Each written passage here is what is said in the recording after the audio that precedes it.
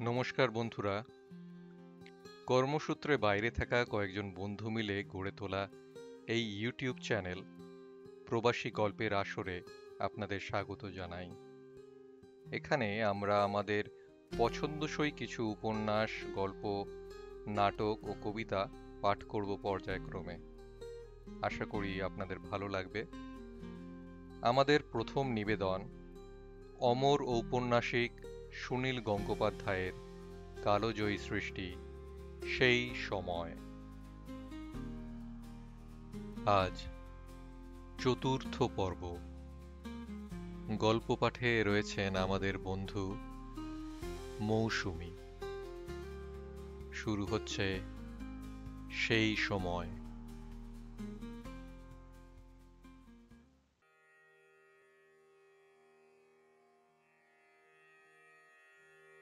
গঙ্গানারায়ণ পদব্রজেই রোজ college যায়। তার সহপাঠীরা অনেকেই আসে পালকিতে কিংবা ভাড়া করা কেরাঞ্চি গাড়িতে। জমিদার পুত্র হিসাবে তার জুড়ি গাড়িতেই আসা উচিত, কিন্তু গঙ্গানারায়ণ হাঁটতেই ভালোবাসে। তাদের বাড়ি থেকে পটলডাঙ্গা খুব বেশি দূর নয়। পথের দৃশ্য দেখতে দেখতে সে আধ ঘন্টার মধ্যেই পৌঁছে যায় কলেজে। সেদিন সে পটলডাঙ্গার মোড়ে পৌঁছে দেখলো কলেজের সামনে থেকে অনেক ছেলে দৌড়ে দৌড়ে যাচ্ছে গোলদিঘির দিকে। সেখানে এক কোণে রীতিমতন একটা জটলা। কৌতূহলী হয়ে গঙ্গানারায়ণও সেই দিকে ধাবিত হলো। গোলদিঘির উল্টো দিকে মাধব দত্তের বাজারে মাঝে মাঝে চোর ধরা পড়ে। তখন শুধু দোকানদাররা নয়, পথচারীরাও সেই চোরকে উত্তম মধ্যম ঠ্যাঙায়। চোর ছাড়াও আছে নানা রকম লুটেরা। কাবাবের দোকান থেকে কোনো মাতাল হয়তো এক থাবা কাবাব তুলে নিয়ে পালালো। গাঁজার দোকানের আশেপাশে গেজেলরা থাকে তককে তককে। দোকানদার জলত্যাগ করার কারণে বা অন্য কিছুর জন্য একটু দোকানের বার হলেই কোনো ঘুঘু গেজেল শুট করে ঢুকে পড়ে দোকান তছনছ করতে। কখনো কখনো এইসব ঘটনায় কলেজের কোনো ছাত্রও ধরা পড়ে। তখন বাজারের লোকেদের সঙ্গে কলেজের ছেলেদের কাজিয়া বেঁধে যায়। হেয়ার সাহেব গাঁজার দোকানদারদের নিষেধ করে দিয়েছে যেন কোনো কলেজের ছাত্রকে তারা গাঁজা না বেচে। তাই তাদের দোকানেই হামলা হয় বেশি। দোকানদাররা উত্ত্যক্ত হয়ে একদিন একটি গাঁজাচোর কলেজের ছাত্রকে হাতে নাতে ধরে টানতে টানতে নিয়ে গিয়েছিল হেয়ার সাহেবের কাছে। হেয়ার সাহেব এমনিতে আলাভোলা নরম মানুষ হলে কি হবে, তার নির্দেশের ব্যত্যয় হলে এক একদিন ক্রুদ্ধ হয়ে ওঠেন সাংঘাতিক। দোকানির অভিযোগ শুনে তিনি হুংকার দিয়ে বলেছিলেন, কাশি, চাবুক লাও। কাশিমালি চাবুক এনে দিল। তিনি উগ্র মূর্তি ধরে ১০-১২ ঘা চাবুক কষালেন ছেলেটিকে। গঙ্গানারায়ণেরই সহপাঠী বঙ্কু দত্তকে এরকম ভাবে আরেকদিন চাবুক মেরেছিলেন হেয়ার সাহেব। বঙ্কু অবশ্য গাঁজা চুরি করেনি। সে মির্জাপুর মিশনে স্যান্ডিস সাহেবের কাছে বাইবেল পাঠ শোনবার জন্য যাতায়াত শুরু করেছিল। সেই খবর পেয়ে হেয়ার সাহেব একদিন বঙ্কুকে নিজের কামরায় ডেকে পাঠালেন। সেদিনও তার হাতে চাবুক মজুদ, মুখের চেহারা বিকট। মেরে বঙ্কুর পিঠে রক্ত বার করে দেবার পর হেয়ার সাহেব নিজেই কাঁদতে শুরু করেছিলেন। গরম জলে বঙ্কুর ক্ষতস্থান ধুয়ে দিতে দিতে কোমল ইংরেজিতে বলেছিলেন, বাবা সকল, এখন পাঠে মন দাও। ধর্ম নিয়ে এখন মস্তক না ঘামাইলেও চলিবে। ডিরোজিও সাহেব বরখাস্ত হবার পর থেকে হেয়ার সাহেব সাবধান হয়ে গেছেন। কলেজের ছাত্রদের মধ্যে খ্রিস্টানি প্রভাব ছড়াতে দেখলেই অভিভাবকরা ক্ষেপে উঠবেন আবার। ইতিমধ্যেই কিছু ভালো পরিবারের ছেলে হিন্দু কলেজ ছেড়ে গৌড় আড্ডির স্কুল ওরিয়েন্টাল সেমিনারিতে ভর্তি হচ্ছে। আজ আবার নতুন কি মামলা তা দেখবার জন্য ছুটে গেল গঙ্গানারায়ণ। ভিড়ের মধ্যে তার অনেক সহপাঠীও রয়েছে। ভোলানাথ, বেনি, বঙ্কু, ভূদেব দাঁড়িয়ে আছে পাশাপাশি। তাদের মুখে দারুণ উদ্বেগের ছাপ। গঙ্গানারায়ণ তাদের কাছে গিয়ে জিজ্ঞেস করলো, কিসের গোলযোগ রে? বেনি বলল, আজ আবার মধু খেপেছে। মধু? স্বচক্ষে দেখবার জন্য গঙ্গানারায়ণ নিজে ভিড় ঠেলে উঁকি মারল। গোল জনতার মাঝখানে ঘাসের ওপরে বসে আছে মধু। তার হাতে সুরার বোতল, জড়িত গলায় সে চেঁচাচ্ছে, I am like the earth, revolving ever round the self same sun, boy. Ganganarayan শিউরে উঠল। কিছুদিন ধরে মধু খুবই বাড়াবাড়ি শুরু করেছে। আগে সে সন্ধ্যের পর সুরাপান করত, এখন দিনের বেলাতেও বাদ থাকে না। ক্লাসেও তার মুখ দিয়ে প্রায় ভক করে দুর্গন্ধ বেরোয়। কথা বলার সময় জিভ এলিয়ে যায়। কয়েকদিন আগে কলেজের অধ্যক্ষ কার সাহেব এজন্য খুব ধমক দিয়েছেন মধুকে। অদূরে রাস্তায় মধুর বাড়ির পালকি দাঁড় করানো। মধুর সঙ্গে সবসময় দুজন গৃহভৃত্য আসে। তারা অসহায়ভাবে দুপাশে দাঁড়িয়ে। মধুর হাত ধরে টেনে তোলার সাধ্য এদের নেই। যখন তখন মধু ওদের লাথি ঘুষি মারে, আবার মুঠো মুঠো পয়সা দেয়। মধুর গায়ে ইংরেজি কোট। দারুণ গ্রীষ্মেও সে এই কোট খোলে না। কিছুদিন আগে সে বুট পায়জামা ও আচকান ছেড়ে হঠাৎ এই কোট ধরেছে। তারপর থেকে তার সুরাপানের মাত্রাও বেড়েছে। গঙ্গানারায়ণকে দেখতে পেয়ে সে বাঁ চোখ কুঁচকে বলল, কিরে গঙ্গা, তুই এখানে রয়েছিস? ভূদেব বঙ্কুরা সব পালিয়েছে বুঝি? Seasons both of joy and sorrow I have like her as I run, boy. ভিড় ঠেলে এসে বেনি বলল, মধু, এসব কি করতেছিস? শিক্ষক মহাশয়রা এই পথ দিয়ে যাতায়াত করেন, তোকে এ অবস্থায় দেখলে। মধু ঠোঁট বাঁকিয়ে বলল, দেখলে তো আমার বাড়ি 5 পুরুষ উদ্ধার হয়ে গেল। Silly Benny like talk. হাতের বোতলটি দেখিয়ে ইঙ্গিত করে বলল, come hither, if you have courage, have a sip. তারপর নিজেই সে নির্জলা ব্র্যান্ডি খানিকটা ঢকঢক করে ঢেলে দিল গলায়। ভূদেব বলল, এক্ষুনি এ খবর কার সাহেবের কানে গিয়ে পৌঁছবে। কার সাহেব কড়া ধাতুর লোক, হয়তো এমন ব্যবস্থা লবেন।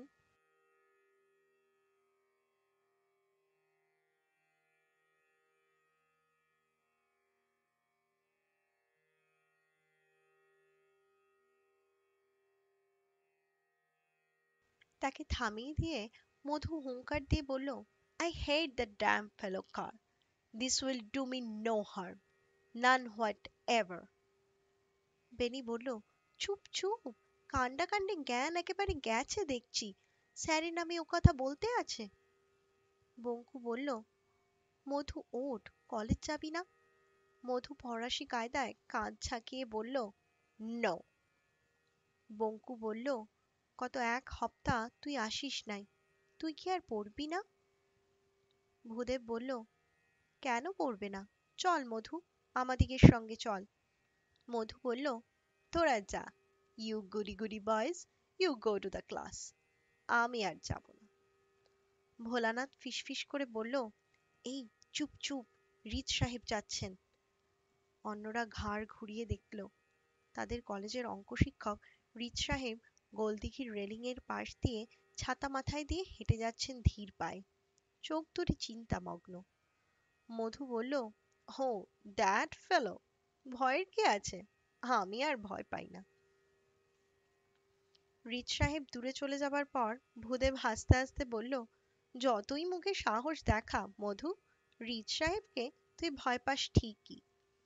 ভয় যে পায় না সেটা দেখাবার জন্য মধু আবার ব্র্যান্ডির বোতলে ঠোঁট ছোঁয়ালো। তারপর তার সরু চিবুকে চাপড় মারতে মারতে বলল, আমি মধুসূদন দত্ত স্কয়ার, আমি কাহাকেও ভয় পাই না। ভোলানাথ বলল, স্যারকে ডাকবো? রিত সাহেব সম্রাট নেপোলিয়নের সৈন্যবাহিনী থেকে লড়াই দিয়েছেন, এক্ষুনি এসে তোকে চ্যাংদোলা করে লয়ে যাবেন। মধু বলল, ডাক ডাক দেখি। ভূদেব বলল, ওরকম করিস নে মধু, তুই ক্লাসে না গেলে আমাদিগেরও ভালো লাগে না। মধু চিবিয়ে চিবিয়ে বলল, কেন, তোরাই তো সব এক একটা স্টার রয়েছিস। বঙ্কু বলল, আমরা স্টার হতে পারি, কিন্তু মধু, তুই হচ্ছিস জুপিটার। ভূদেব বলল, আবার এসে কম্পিটিশন হতেছে, এবারেও মধু তুই প্রাইজ পেতে পারিস। মধু বলল, a fig for your scholastic fame. তুই সত্যি আর কলেজ যাবি না? No, I hate college, I hate car. কলেজের ওপর তোর এত রাগ হলো কেন? তুই অপরাধ করেছিলি, তাই কার সাহেব তোকে ধমক দিয়েছেন। ডিএল আর না এলে ও কলেজে আর আমি যাব না। আমাকে পড়াবার মতন বিদ্যা বুদ্ধি আর কারো নেই। রিচার্ডসন সাহেব তো আবার ফিরে আসছেন। তিনি না আসা পর্যন্ত তুই পড়াশোনা বন্ধ রাখবি? ইয়েস। ওঠ মধু, আমার কথা শোন। You B dam. গঙ্গানারায়ণ এতক্ষণ কোনো কথা বলেনি। এবার সে ভূদেবের কানে কানে বলল, গৌরকে ডেকে আনবো? ও নিশ্চয়ই গৌরের কথা শুনবে। ভূদেব বলল, ঠিক বলেছিস, দেখ তো সে এসেছে কিনা। গঙ্গানারায়ণ কলেজের দিকে ছুটে চলে গেল। গেটের সামনেই দাঁড়িয়ে ছিল গৌর। সংস্কৃত কলেজের দুটি ছেলের সঙ্গে কথা বলছিল। গঙ্গানারায়ণ তাকে ডেকে একটু দূরে এনে বার্তাটি জানালো। গৌর উদাসীনভাবে বলল, আমি গিয়ে কি করব? গৌরের ফর্সা ছিপছিপে চেহারা, টানা টানা চোখ, যুগ্ম ভুরু, ঠোঁটের রেখা ও থুতনিতে নারীসুলভ কমনীয়তা রয়েছে। ভিড়ের মধ্যে থাকলেও সে সকলের দৃষ্টি কেড়ে নেয়। গঙ্গানারায়ণ গৌরের আপত্তি শুনল না, জোর করে টেনে নিয়ে এলো। জনতা ভেদ করে মাঝখানে এসে গৌর বিষণ্ণ গলায় বলল, মধু, তুই ফের ব্র্যান্ডির বোতল নিয়ে কলেজে এসেছিস? তাকে দেখেই লাফিয়ে উঠে দাঁড়ালো মধু। দুহাতে জাপটে ধরে দু গালে ফটাফট দুখানা চুমু দিয়ে বলল, গৌর, গৌর, কতদিন তোকে দেখি নাই। তোর জন্যই আমি এসেছি। মেকানিক্যাল ইনস্টিটিউশনে যাই, সেখানেও তোকে দেখি না। তোকে পর পর 7খানা লম্বা লম্বা লেটার লিখলুম, তুই উত্তরে মাত্র একখানা পিগমি লেটার পাঠিয়েছিস। কেন গৌর, কেন? গৌর বিব্রতভাবে নিজেকে ছাড়িয়ে নেবার চেষ্টা করলো, কিন্তু মধু কিছুতেই ছাড়বে না। মধু গৌরের চেয়ে একটু লম্বা, রোগা চেহারা হলেও তার গায়ে বেশ জোর আছে। গৌরকে সে বুকে চেপে আছে মাতালের ভীম আলিঙ্গনে। গৌর বলল, তুই আবার দিনের বেলা মদ খেয়েছিস? বেশ করেছি, কেন খাবো না? রিচার্ডসন মদ খান না? তিনি মেয়েদের নিয়ে ফুর্তি করেন না? সেই জন্যই তো তিনি পোয়েট্রি এত ভালোবাসতে পারেন। সেই জন্যই তার কাছে পৃথিবী এত সুন্দর। তিনি কি বলেছিলেন মনে নেই?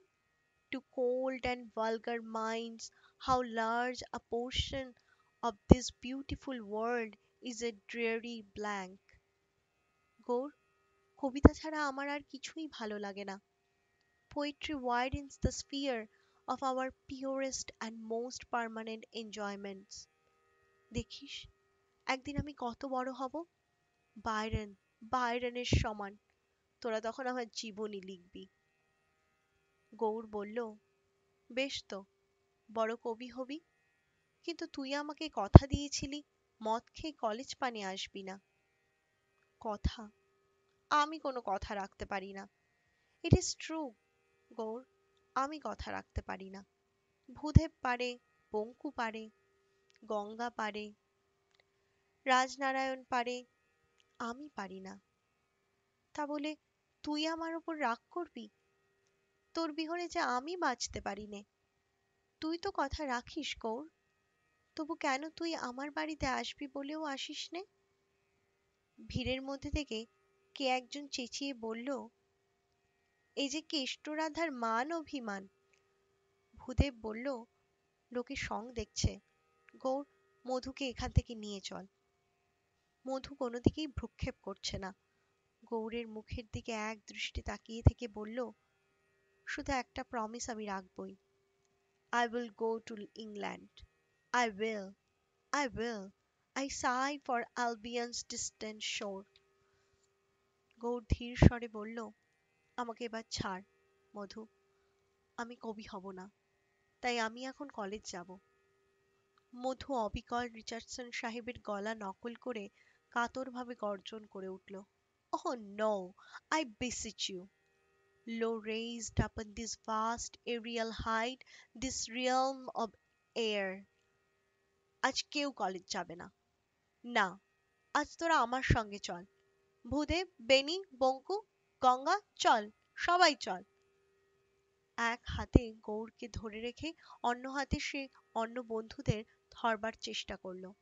ভিড় ক্রমশ বাড়ছে এবং আমোদ গেরে লোকেরা নানা রকম টিটকিরি শুরু করেছে। ভিড়ের মধ্যে সংস্কৃত কলেজের ছাত্ররাও রয়েছে।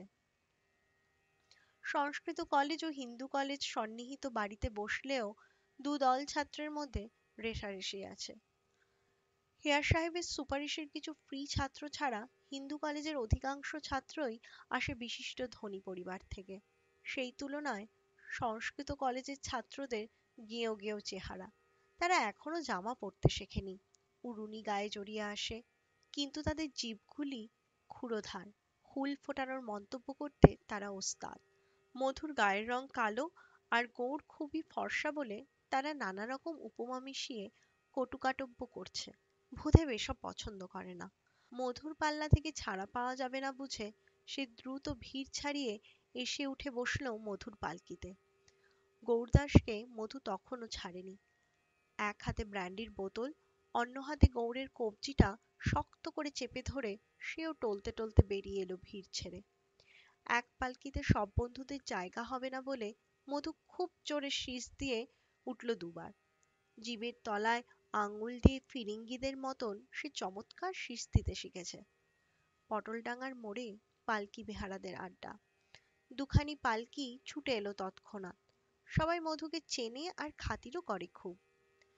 এই ছোকরা বাবু পালকি নিলে আশাতীত বকশিস পাওয়া যায়। বন্ধু বান্ধব সবাইকে তুলে মধু বলল, চালাও খিদিরপুর। মধুদের বিশাল বাড়িতে অধিবাসীর সংখ্যা যৎ সামান্য। মধুর বাবা রাজনারায়ণ দত্ত অত্যন্ত বিলাসী পুরুষ। বাড়িতে তিনি আত্মীয় স্বজনের ভিড় পছন্দ করেন না। তার গা সাগরদারির জন্য দু এক স্ত্রীলোক আছে তার পত্নী জাহ্নবী দেবীর সেবার জন্য। এছাড়া অন্য দুস্থ আত্মীয় স্বজন আশ্রয় প্রার্থী হয়ে এলে তাদের জন্য আলাদা বাড়ি ভাড়া করে দেওয়া হয়। রাজনারায়ণ এ বাড়ি শখ করে বানিয়েছেন এবং এ বাড়ির আদব কায়দার কথা তিনি পাঁচ কান করতে চান না। বাড়িতে দাস-দাসীর সংখ্যা 14টি। রাজনারায়ণ দত্ত রীতিমতন খাদ্যরসিক। প্রত্যেক দিন তার নতুন স্বাদের খাদ্য চাই। সেই জন্য তিনি সাহেব বাড়ি থেকে বাবুর্চি খানসামাদের বেশি বেতন দিয়ে ভাঙিয়ে আনেন। কোনো রান্না তার পছন্দ না হলে তিনি পাত্র সমেত ছুঁড়ে ফেলে দেন। এ বাড়ির পাঁঠার মাংসের পোলাও যে একবার খেয়েছে সে জীবনে আর স্বাদ ভুলতে পারবে না। মধুর বন্ধুরা এ বাড়িতে এসে প্রায়ই নানান সুস্বাদু দ্রব্য খেয়ে যায়, কিন্তু সেই পাঁঠার পোলাওয়ের প্রসঙ্গ উঠলেই তারা বলে, রাজাদের মধ্যে যেমন রাশিয়ার জার তেমনি খাদ্যের মধ্যে এই পোলাও। মধুর আর কোনো ভাই বোন নেই। বাড়িতে তার অপরিমিত প্রশ্রয়।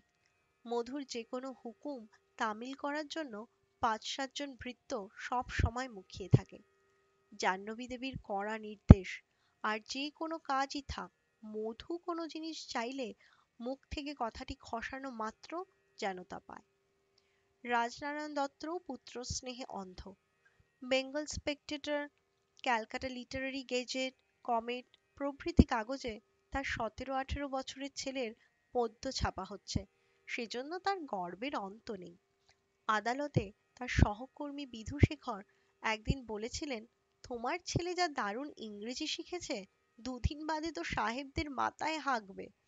এই কথা শুনে পরম পরিতৃপ্তি পেয়েছিলেন রাজনারায়ণ। সাহেবরা দেখুক, নেটিভরা তাদের চেয়ে কোনো অংশে কম যায় না। বাড়িতে কৌচে বসে তামাক টানতে টানতে তিনি অনেক সময় আদর করে ছেলের হাতে বাড়িয়ে দেন আলবোলার নল। আবগারির দোকান থেকে মধুর জন্য মদের বোতল আসে। রাজনারায়ণ বিনা বাক্য ব্যয়ে বিল মিটিয়ে দেন। এছাড়াও আরো কত দোকান থেকে যে মধু ধারে জিনিস আনে তা সে নিজেই মনে রাখতে পারে না। রাজনারায়ণকেই তার খোঁজ রাখতে হয়। হ্যামিল্টন সাহেবের দোকানে তার বলা আছে যে বিলেত থেকে প্রত্যেকবার জাহাজ এলে যেসব নতুন নতুন সুগন্ধ প্রসাধন দ্রব্য আসবে সেগুলি যেন প্রত্যেকটি এক বোতল করে মধুর নামে পাঠিয়ে দেওয়া হয়।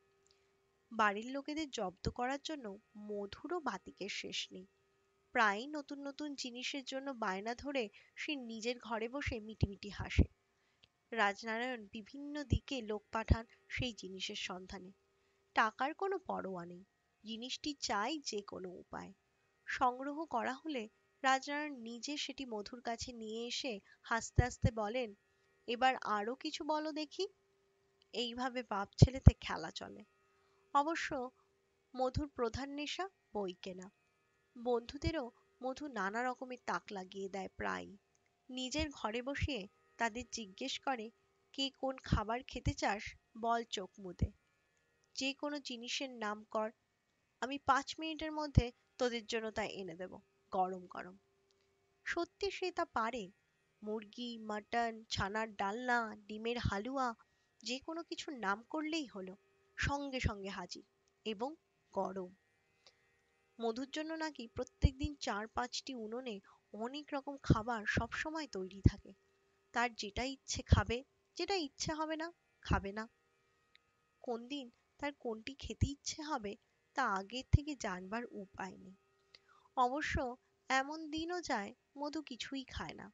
পাশে সুরার পাত্র ও চোখের সামনে বই খুলে সে কাটিয়ে দেয় ঘন্টার পর ঘন্টা। তখন কেউ তার ঘরে ঢুকবে না। একসময় নেশাচ্ছন্ন অবস্থায় সে তার বিছানায় মূর্ছিত হয়ে পড়ে। সেইভাবে সারা রাত কেটে যায়। বাড়ির সামনে পালকি থেকে সদল বলে নামলো মধু। তারপর সাড়ম্বরে ভেতরে ঢুকলো। 4-5 জন ভৃত্য সার বেঁধে দাঁড়িয়ে আছে দ্বারের কাছে। মধু কোটের পকেট থেকে এক মুঠো টাকা বের করে একজন ভৃত্যের হাতে দিয়ে বলল, ওদের মিটিয়ে দে। তারপর সে 2 হাত ছড়িয়ে চিৎকার করলো, হেই হো, হেই হো, যেন সে জানান দিচ্ছে যে সে বাড়িতে ফিরেছে। অথচ উল্লাস ভরা গলার স্বরটি এমন যেন কোনো নতুন কোনো দ্বীপে পদার্পণ করছে কোনো দুঃসাহসী রাজকুমার। প্রশস্ত চত্বরের চারপাশে ঘেরা বারান্দা। একদিক দিয়ে উঠে গেছে মর্মর প্রস্তরের সিঁড়ি। সেই সিঁড়িতে পা দিয়ে মধু একটু থমকে দাঁড়ালো।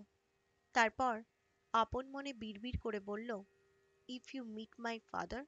বন্ধুরা অন্য কথায় মগ্ন ছিল, তাই মধুর কথা শুনল না। মধু এবার বেশ চেঁচিয়ে বলল, if you meet my father, pay no attention to him. বন্ধুরা অবাক হয়ে গেল। মধু এরকম কথা বলছে কেন? রাজনারায়ণ দত্তের সঙ্গে বন্ধুদের দেখা হয়েছে বেশ কয়েকবার। রাশভারী রাজনারায়ণ ছেলের বন্ধুদের সঙ্গে বেশ প্রসন্ন ব্যবহার করেন। প্রত্যেকের বাড়ির খবর নেন। গঙ্গানারায়ণের বাবাকে তো তিনি বিশেষভাবে চেনেন, তাই গঙ্গাকে দেখলে স্নেহ ভরে অনেক কথা বলেন। মধুরও তো বাবার সঙ্গে বেশ মাই ডিয়ারি আছে। মধু চোয়াল কঠিন করে বলল, বাবার সঙ্গে দেখা হলে তোরা কথা বলবি নি, তোরা বুঝিয়ে দিবি যে তোরা আমার দলে। বঙ্কু জিজ্ঞেস করল, বাবার সঙ্গে তোর কি হয়েছে রে মধু? অনেক কিছু। রাজনারায়ণ দত্ত এই সময় আদালতে থাকেন, সুতরাং তার সঙ্গে দেখা হবার সম্ভাবনা নেই। তবু বন্ধুরা সবাই বিস্মিত হয়ে রইল। ওপরে উঠে এসে মধু নিজের ঘরের ভেজানো দরজায় এক লাথি কষালো। দড়াম করে খুলে গেল দরজাটা। ভেতরে ঢুকে মধু বলল, বস। সঙ্গে সঙ্গে সে আলমারি খুলে বার করলো কয়েকটি বিলিতি কাচের গেলাস। সেগুলিতে ব্র্যান্ডি ঢেলে বলল, নে। নিজে একটি গেলাস তুলে নিয়ে এক চুমুকে শেষ করল। অন্যরা চুপচাপ দাঁড়িয়ে, কেউ গেলাস ছুঁল না। গৌর দুঃখিত গলায় বলল, তুই আরো খাবি মধু? মধু বলল, কেন খাবো না, আজ আমার আনন্দ, খুব আনন্দ হচ্ছে। তোরা এইছিস, বঙ্কু নে, ভোলা নে, গঙ্গা নিবি না? ভূদেব শেষ পর্যন্ত আসেনি, কৌশল করে মাঝ রাস্তায় নেমে গেছে। ভূদেব অত্যন্ত বুদ্ধিমান। সে প্রায়ই বলে, আমি গরিব বামুনের ছেলে, এত বড় মানুষদের সঙ্গে বেশি মেলামেশা আমার সহ্য হবে না। এর আগে যে কয়েকদিন গঙ্গানারায়ণ এ বাড়িতে এসেছে কোনোদিনই ভূদেবকে দেখেনি। যদিও ভূদেব মধুকে খুব ভালোবাসে। বাড়িতে নিয়ে এলেই মধু মদ্যপানের জন্য সবাইকে জোড়াজুড়ি করে। ভূদেব এই সব সময়ে মধুর সঙ্গ বর্জন করে। মধু জোর করে গঙ্গানারায়ণের হাতে একটি গেলাস ধরিয়ে দিল, আর সঙ্গে সঙ্গে শরীরটা কেঁপে উঠল গঙ্গানারায়ণের। তার মনে পড়ে গেল বিন্দুবাসিনীর কথা। বিন্দুবাসিনী একদিন গঙ্গানারায়ণকে জিজ্ঞেস করেছিল, হিন্দু কলেজের তো সব ছেলেই মদ খায়, তুইও খাবি নিশ্চয়ই? গঙ্গানারায়ণ বলেছিল, না, কিছুতেই না। বিন্দু বলেছিল, রাস্তায় মাতালদের দেখি আর আমার ঘেন্না করে। কলেজের শিক্ষিত ছেলেরা এমন মাতাল হয়? ছি, মদ খেলে তুই আর আমার কাছে আসিস না গঙ্গা। গঙ্গানারায়ণ বলেছিল, বললাম তো, আমি কোনোদিন সুরাপান করব না, তুই দেখে নিস। বিন্দু বলেছিল, তুই আমার হাত ছুঁয়ে শপথ নে, আজ কি গঙ্গানারায়ণ শপথ রাখতে পারবে? গৌর একটি গেলাস তুলে ওষ্ঠে সামান্য স্পর্শ করে বলল, বাবার সঙ্গে তোর কি গোল হয়েছে রে মধু, সত্যি করে বল। মধু বলল, আমাকে জোর করে বিয়ে দিতে চাইছে। কোথাকার একটা ৮-৯ বছরের খুকি মেয়ে, তাকে আমি বিয়ে করব? নেভার। রাজনারায়ণ দত্তের সাধ্য নেই। বেনি, বঙ্কু আর ভোলানাথের বিয়ে হয়ে গেছে এর মধ্যেই। গৌড়েরও যেন কার সঙ্গে বিয়ে ঠিক হয়ে আছে। ওরা মধুর কথায় গুরুত্ব দিল না। ভেনি বলল, বিয়ে করতে বলছেন, চোখ বুজে বিয়ে করে ফেলবি, এতে আর কথা কি আছে? মধু বলল, ৮-৯ বছরের মেয়েকে? ইম্পসিবল। সে আমার কোনো কথা বুঝবে? নাক নিয়ে সিকনি গড়াবে আর ভ্যাঁ ভ্যাঁ করে কাঁদবে। ভোলানাথ বলল, এর চেয়ে বড় মেয়ে আর তুই পাবি কোথায়? কায়স্থ ঘরে কি সমস্ত মেয়ে কুমারী থাকে? সারা দেশ খুঁজলেও পাবি না। এখন বিয়ে করে ফেলে রাখ, ২-৪ বছরের মধ্যে সে মেয়ে লায়েক হয়ে যাবে। বাপ মায়ের পছন্দ করা মেয়ে আমি বিয়েই করব না। না, না, না। Alas, they know not that I die of pains that none can heal. Ganganarayan হঠাৎ খুব বিমর্ষ বোধ করল। মধুর মতন তারও ঠিক একই অবস্থা। সেও কিছুতেই বিয়ে করতে চায় না এখন। কিন্তু মধুর মতন সে তো এত দৃঢ়ভাবে প্রতিবাদ করতে পারে না। তাকে নিয়তি মেনে নিতেই হবে। বেনি বলল, সব ছেলেই বিয়ের আগে মধুর মতন একটু চেঁচামেচি করে, তারপর মেনে নেয়। মধুও মেনে নেবে। বংশ রক্ষার জন্য আমরা সবাই বিয়ে করতে বাধ্য। মধু হুংকার দিয়ে বলল, বাধ্য? আচ্ছা, তোরা দেখিস। তোর বাবা জোর করলে তুই কি করবি? কতদিন এড়িয়ে থাকবি? মধু আবার ব্র্যান্ডির বোতল হাতে তুলে নিয়ে বলল, রাজনারায়ণ দত্ত আমার ওপর জোর করবেন? বেশি জোর করলে রাজনারায়ণ দত্তকে আমি এমন পানিশমেন্ট দেব যেটা তিনি জীবনেও ভুলতে পারবেন না।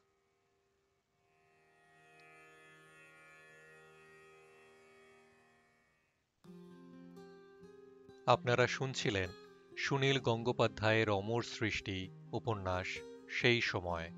আজ ছিল চতুর্থ পর্ব। এই ধারাবাহিকের পঞ্চম পর্ব নিয়ে খুব শীঘ্রই হাজির হব আমরা।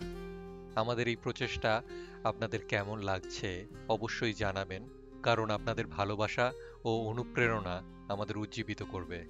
তাই সঙ্গে থাকুন, শুনতে থাকুন, ভালো থাকুন বন্ধুরা।